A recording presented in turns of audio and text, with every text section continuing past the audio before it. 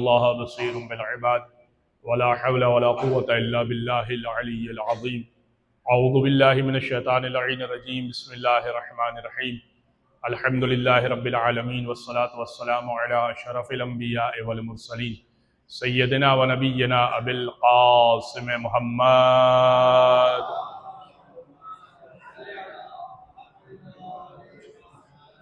وعلى أهل بيته الطيبين الطاهرين واللعنة الدائمة على أعدائهم أجمعين من يوم ظلمهم وعداوتهم إلى قيام يوم الدين أما بعد فقد قال الله سبحانه وتعالى في محكم كتاب مبين بسم الله الرحمن الرحيم يا أيها الذين آمنوا لا تقدموا بين يدي الله ورسوله صلوات على محمد وآل محمد.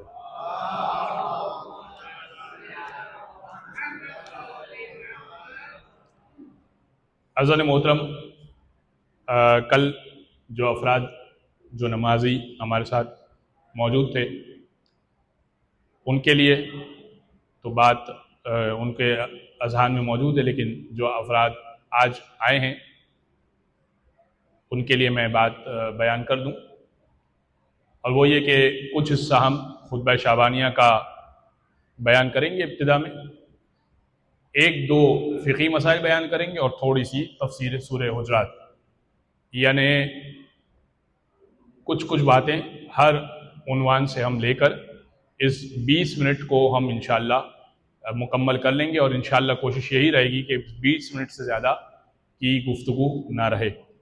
اس سے پہلے کہ ہم سورہ حجرات کے اوپر گفتگو کریں، کل میں نے بسم اللہ الرحمن الرحیم کے اوپر گفتگو کی تھی، لیکن آ جائیے کہ ہم خطبہ شعبانیہ کے اوپر بھی کچھ بات کر لیں.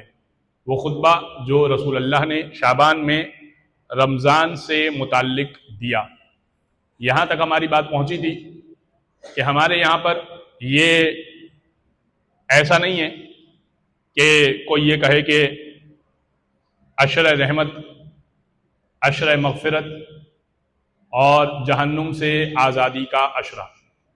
رسول اللہ نے واضح طور پہ بتا دیا انہو قد اقبل الیکم شہر اللہ بالبرکت والرحمت والمغفرہ، تمہاری طرف برکتوں والا، رحمتوں والا، مغفرتوں والا مہینہ آ رہا ہے. یعنی پورا مہینہ رحمت والا بھی ہے، برکت والا بھی ہے، مغفرت والا بھی ہے، اور ہر روزے کے اندر پورے مہینے میں ہر لحاظ سے آپ کو یہ تینوں چیزیں مل جائیں گی. عشرے کے ختم ہونے کا اور عشرے کے شروع ہونے کا انتظار کرنے کی ضرورت نہیں ہے.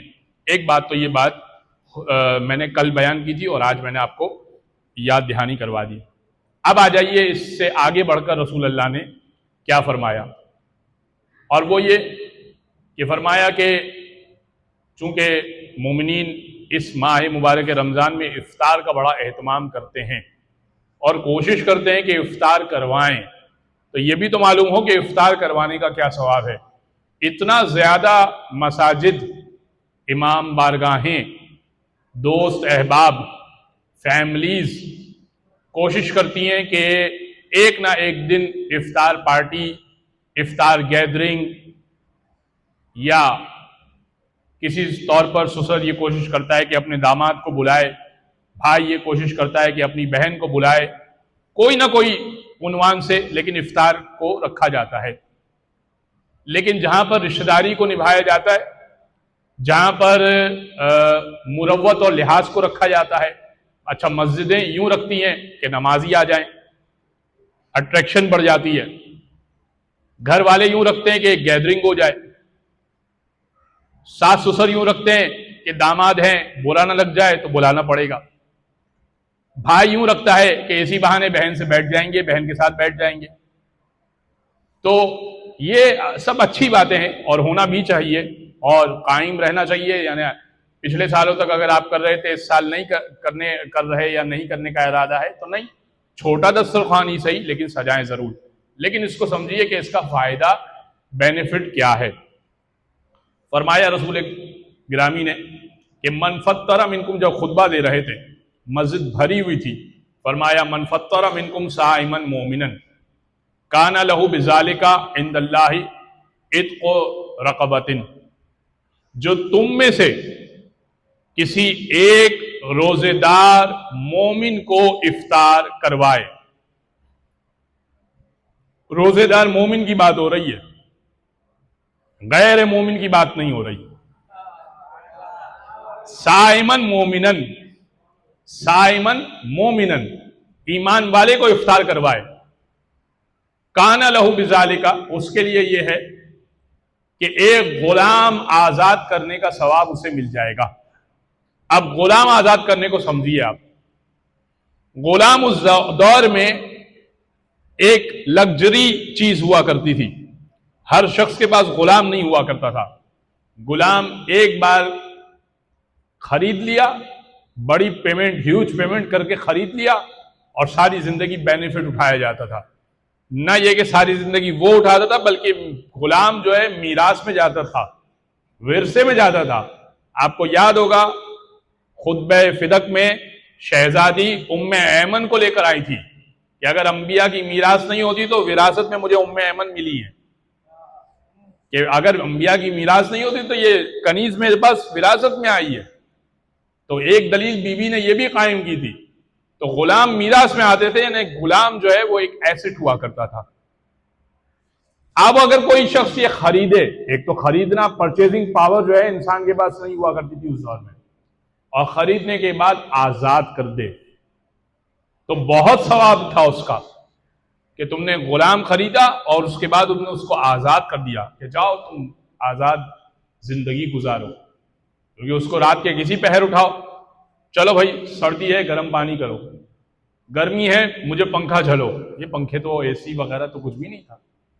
چلو بھائی دیے روشن کرو, چلو بھائی اب سواری تیار کرو, میرا سفر ہے, میرا 20 دن کا سفر ہے, ساتھ چلو, سامان اٹھاؤ. اور ایسا ایسا کام مشقت کا لیتے تھے جو جانور کر سکے ہوں وہ انسان سے لیتے تھے. لیکن اگر اس کو آزاد کر دیں تو بہت ثواب. فرمایا کہ اگر تم ایک روزے دار مومن کو افطار کروا دو تو جو ثواب غلام کو آزاد کروانے کا تھا اب تمہیں وہ مل جائے گا. میں اب سمجھاؤں آپ کو, اس دور میں غلام حاصل کرنا آسان نہیں تھا. اس دور میں مرسیڈیز اور بی ایم ڈبلیو, اور چلے مرسیڈیز بی ایم ڈبلیو تو زیادہ بتا دیا میں نے, ایک اچھی گاڑی حاصل کرنا بھی آسان نہیں ہے. اور پھر اچھی گاڑی آپ پرچیز کریں اور پھر کسی کو تحفہ کر دیں یا صدقہ کر دیں یا دے دیں, بڑا مشکل کام ہے, بہت مشکل کام ہے. ایسے تو اب تک میں نے نہیں دیکھا کہ کسی نے گاڑی خریدنے کے بعد گاڑی صدقہ کی ہو. لیکن اگر کوئی گاڑی خرید کے صدقہ کرے تو کیا اجر و ثواب ہو. یعنی ایک بڑی قیمتی چیز ہے نا, بڑے استعمال کی چیز ہے اس کی, اور پھر وہ اپنی استعمال کی چیز دے رہا ہے اللہ کی بارگاہ میں, تو اس کا ثواب زیادہ ہوگا.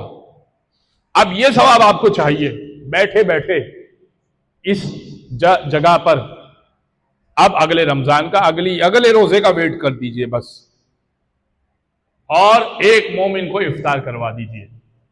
صرف یہ نہیں, ایک اور ثواب بھی ہے. فرمایا کہ اور تمہارے وَمَغْفِرَةٌ لِمَا مَضَىٰ مِن ذُنُوبِهِ, ایک تو غلام آزاد کرنے کا ثواب ملے گا, اور جتنے گناہ تم پہلے کر چکے ہو سارے مغفرت ہو جائیں گے, سارے معاف ہو جائیں گے. یعنی آپ سوچیں کہ میں اپنا بتاؤں کہ پل پل انسان گناہ کرتا ہے.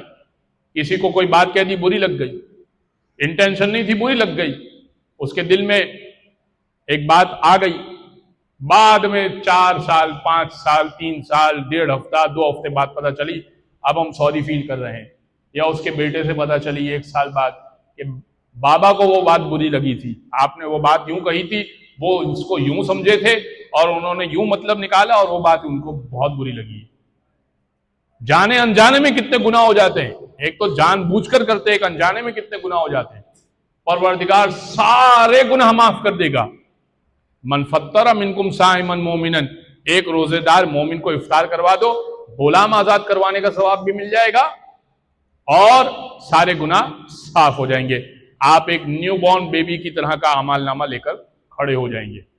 ایک شخص کھڑے ہو گیا مجمع میں سے, جب رسول اللہ نے یہ ثواب بیان کیا تو ایک شخص مجمع میں سے کھڑا ہو گیا, کہنے لگا وَلَيْسَ كُلُّنَا يَقْدِرُ عَلَىٰ ذَلِكَ, یا رسول اللہ ہم سب کے سب تو اس بات پہ قادر نہیں ہیں.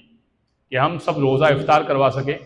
بھائی ہر ایک کی تو حیثیت نہیں ہوتی نا کہ ایک مومن کو بھی روزہ افطار کروا سکیں.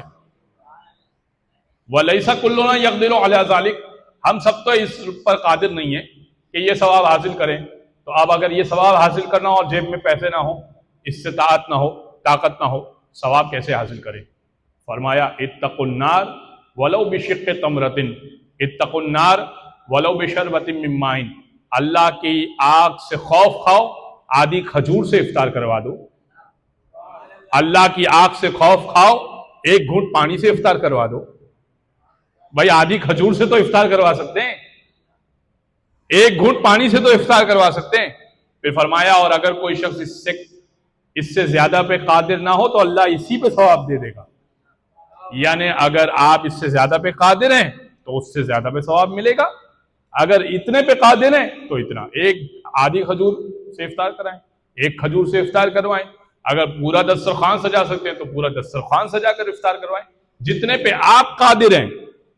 اب کوئی شخص یہ نہ کہے کہ مولانا صاحب نے کہا تھا تو آدھی کھجور، جیب میں تو ہیں لاکھ روپیہ، پوری مسجد بھر کو افطار کروا سکتے ہیں اور 5 دن افطار کروا سکتے ہیں. ایک مثال دے رہا ہوں، 100 بندوں کو افطار کروا سکتے ہیں، اور اب چاہ رہے ہیں کہ بس ایک کھجور کا ڈبہ گھما دیا جائے اور سب کو افطار ہو جائے اور ثواب یہ والا مل جائے. جی نہیں، پھر یہ ثواب نہیں ملے گا. قادر کس چیز پر ہیں آپ؟ جتنی قدرت ہے، جتنی حیثیت ہے، اپنی حیثیت آپ پروردگار کی بارگاہ میں پیش کریں، پروردگار اپنی حیثیت کے مطابق آپ کو دے گا. صلوات پڑھیں محمد و آل محمد صلی اللہ علیہ وسلم.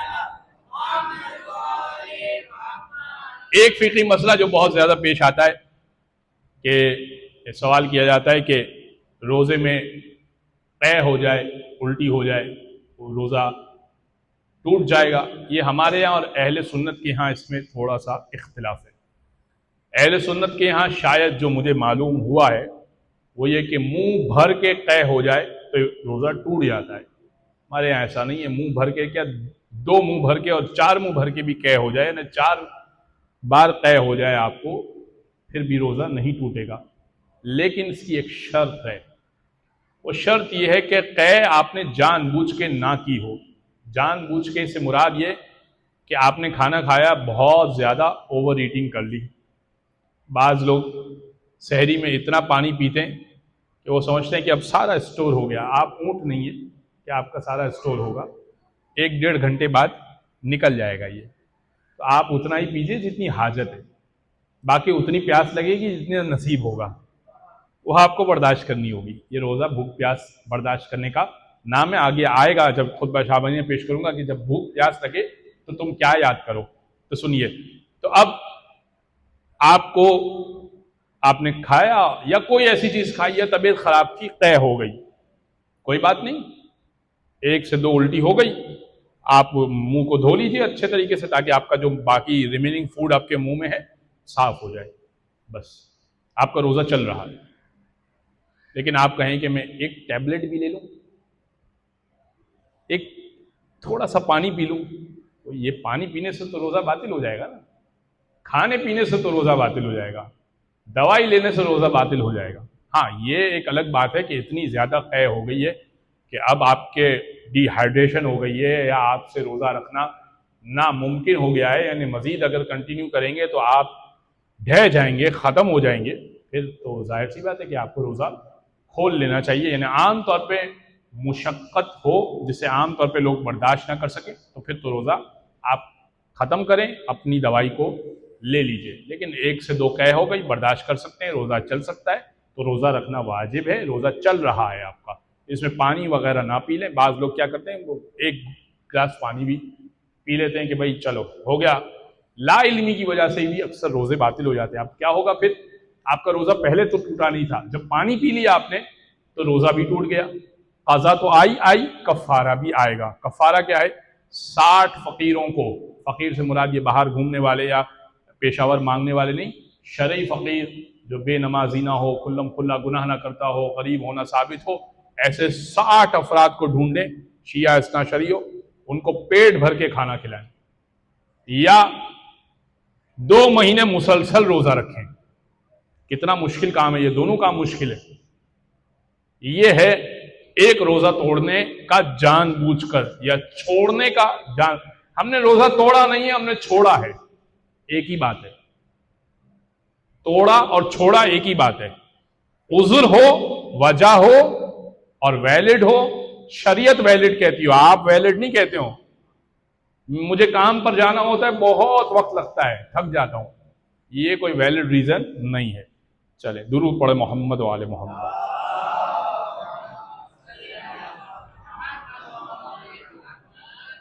سورہ حجرات کا میں آپ کی خدمت میں پیش کروں کہ کل میں نے آپ کی خدمت میں یہ بات کی تھی کہ 19 آیتیں ہیں، لیکن اگر اس میں بسم اللہ کو ملائیے، ہمارے یہاں پر بسم اللہ بھی ایک مسلسل مستقل آیت ہے. اور رمضان میں ایک آیت کی تلاوت کا ثواب مکمل قرآن کو پڑھنے کا ثواب ہے. بعض لوگوں کو یہ بھی مسئلہ پیش آتا ہے کہ ہمیں قرآن پڑھنا نہیں آتا، ہم کیا کریں؟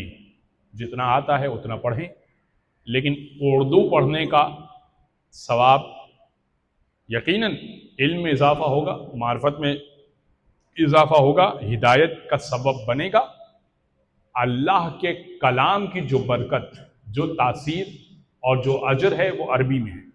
لہٰذا جو سورہ آپ کو یاد ہے وہ عام ڈیلی روٹین میں جو آپ پڑھتے ہیں اس کی تلاوت کر لیجئے تاکہ ثواب قرآن آپ کو حاصل ہو جائے، اور اس کے بعد پھر روزانہ جتنا آپ اردو پڑھنا چاہتے ہیں وہ بھی آپ پڑھ سکتے ہیں. آپ بعض لوگ کہتے ہیں سن لیں، اگر ہم سننے میں سننے کا ثواب، اس لیے کہ قرآن کو دیکھنے کا ثواب علیحدہ ہے، سننے کا ثواب علیحدہ ہے اور پڑھنے کا ثواب علیحدہ ہے.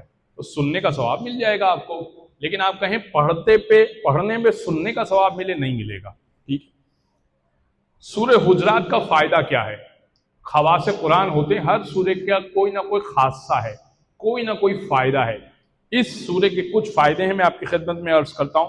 اگر کوئی شخص اسے لکھ لے، 19 آیتیں ہیں، لکھ لے، یا آج کے دور میں تو بہت آسان ہے کہ فوٹو کاپی کرا کر بھی رکھ سکتا ہے، فوٹو کاپی کرا لے، تصویر کھینچ کے اس کا پرنٹ آؤٹ نکال کے اس کو جیب میں رکھ لے. کسی جابر، ظالم یا کسی ایسے شخص کے پاس کہ جس سے خوف کھاتا ہو، اگر اس کے پاس جائے گا اپنا مقدمہ لے کر، اپنی بات لے کر، تو اپنی بات میں وہ فتح یاب ہوگا. آپ جانتے ہیں کہ آپ بڑی مشکل میں پھنسے ہوئے ہیں، وہ شخص آپ کی دکان پہ قبضہ کیے بیٹھا ہے، وہ شخص آپ کے گھر پہ قبضہ کیے بیٹھا ہے، وہ شخص آپ کی جائیداد پہ قبضہ کیے بیٹھا ہے، وہ شخص آپ کا مال دبائے بیٹھا ہے، اور جب اس سے آرگیو کرتے ہیں، آرگیو میں وہ جیت جاتا ہے. یا پاورفل ہے، مانتا ہے کہ پیسے 5 لاکھ روپے 10 لاکھ روپے لے کے بیٹھ، لیکن وہ کہتا ہے جو کرنا ہے کر لو، اور ہماری اتنی طاقت نہیں ہے کہ ہم کچھ کر سکیں، یا کریں گے بھی تو کیا ہی کر لیں گے. وہ گولی چلائے گا اور ہم شاید منہ سے ہی کچھ کہہ سکیں، ہاتھ ہی چلا سکیں، ہماری کوئی طاقت نہیں ہے. اب کیا کریں؟ اب قرآن کی طاقت آزمائیے، اب اللہ کے کلام کی طاقت آزمائیے. سورہ حجرات کو لکھ لیجئے، جیب میں ڈال کے رکھ لیجئے، اب اس کے پاس جائیے.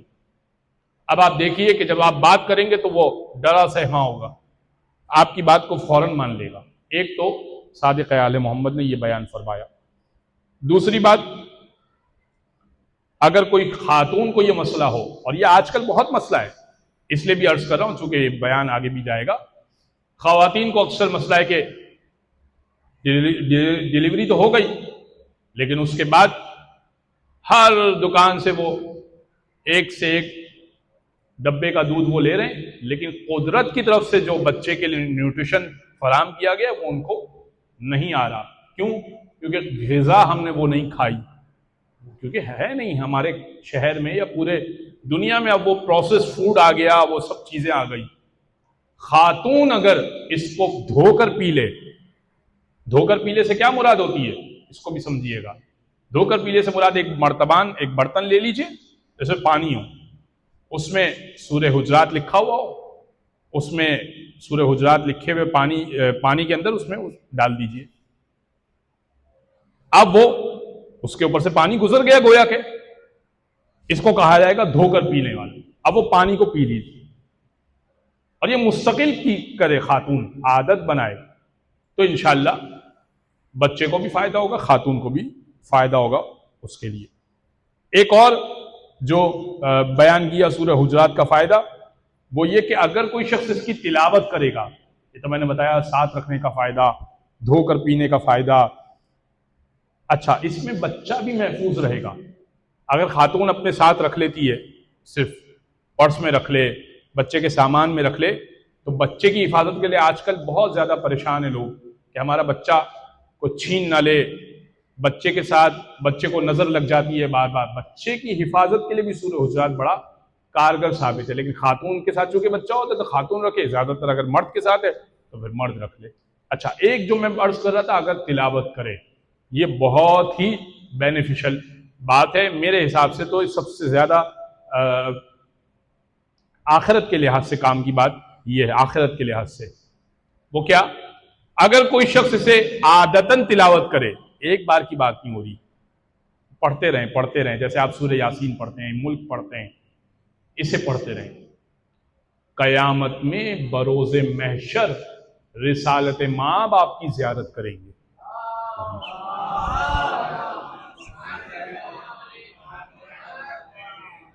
بس وقت تمام ہوا جاتا ہے، میں ایک آیت لے لیتا ہوں۔ بسم اللہ الرحمن الرحیم، یا ایھا الذین آمنوا لا تقدموا بین یدی اللہ ورسولہ واتقوا اللہ ان اللہ سمیع علیم۔ اے ایمان والو، یا ایھا الذین آمنوا، اے ایمان والو، لا تقدموا بین یدی اللہ ورسولہ، اللہ اور اس کے رسول سے آگے مت بڑھو، واتقوا اللہ، اور اللہ سے ڈرتے رہو، ان اللہ سمیع علیم، اللہ سننے والا بھی ہے، اللہ جاننے والا بھی ہے، بے شک اللہ سننے والا بھی ہے، بے شک اللہ جاننے والا بھی ہے۔ اب یہ آیت کس موقع پر آئی؟ میں نے عرض کیا تھا کہ یہ مدنی سورہ ہے، یعنی مدینہ کے بہت سارے واقعات کی وجہ سے یہ سورہ اتری ہے، یعنی بہت سارے انسیڈنٹس مدینہ میں ہوئے جس کی وجہ سے یہ آیتیں اتری۔ بہت دفعہ ایسا ہوتا تھا کہ رسول اللہ کوئی بات کرتے ہوں اور رسول کی بات پر، ابھی رسول بات کرنا چاہتے ہیں اور کوئی صاحب شروع ہو گئے۔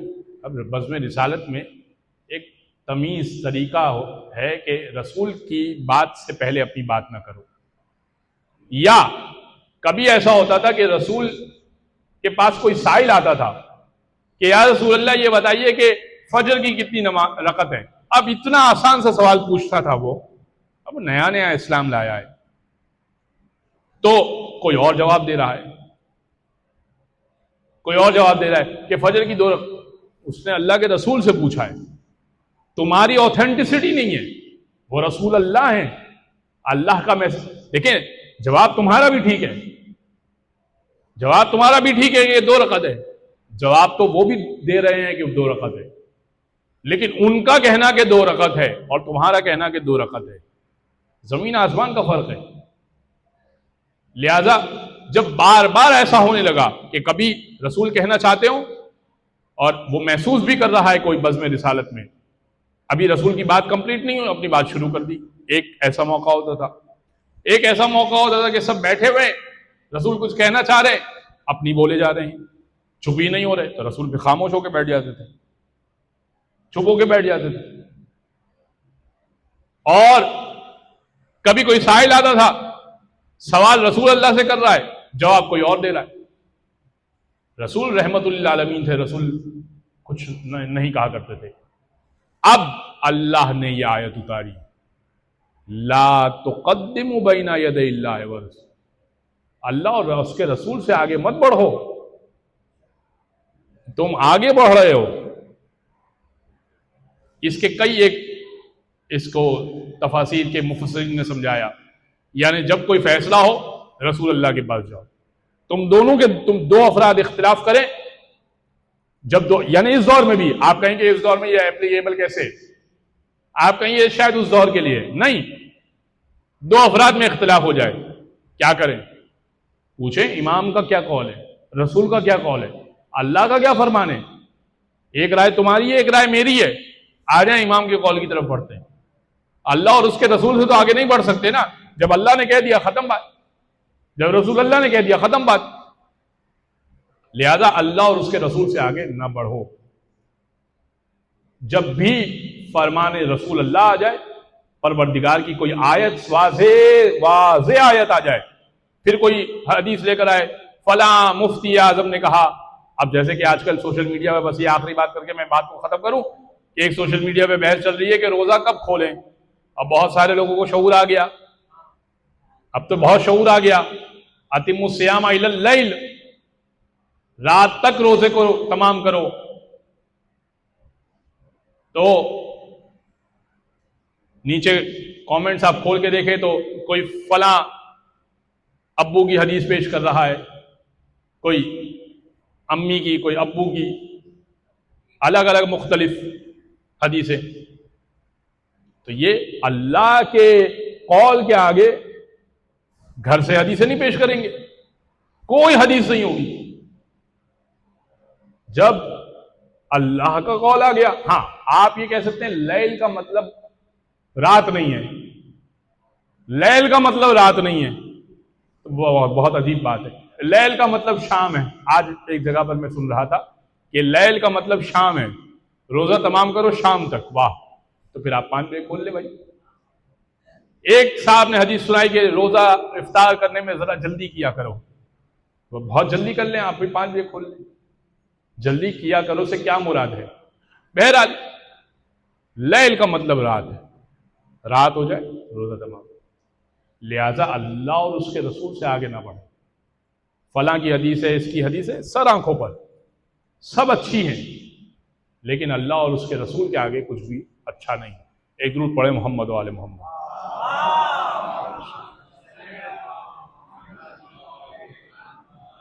پروردگار سے دعا ہے قرآن سیکھنے، سمجھنے، عمل کرنے کی توفیق عطا فرمائے. اس کار خیر میں جو اپنا حصہ ڈال رہا ہے، افطار میں، رمضان دروس میں، اور جس بھی طرح سے، ان سب کی کوششوں کو اپنی بارگاہ میں قبول و منظور فرمائے. ہم سب کی عبادات کو اپنی بارگاہ میں قبول و منظور فرمائے. امام کے ظہور میں تعجیل فرمائے، ظہور کی بہترین تیاری کرنے کی توفیق عطا فرمائے.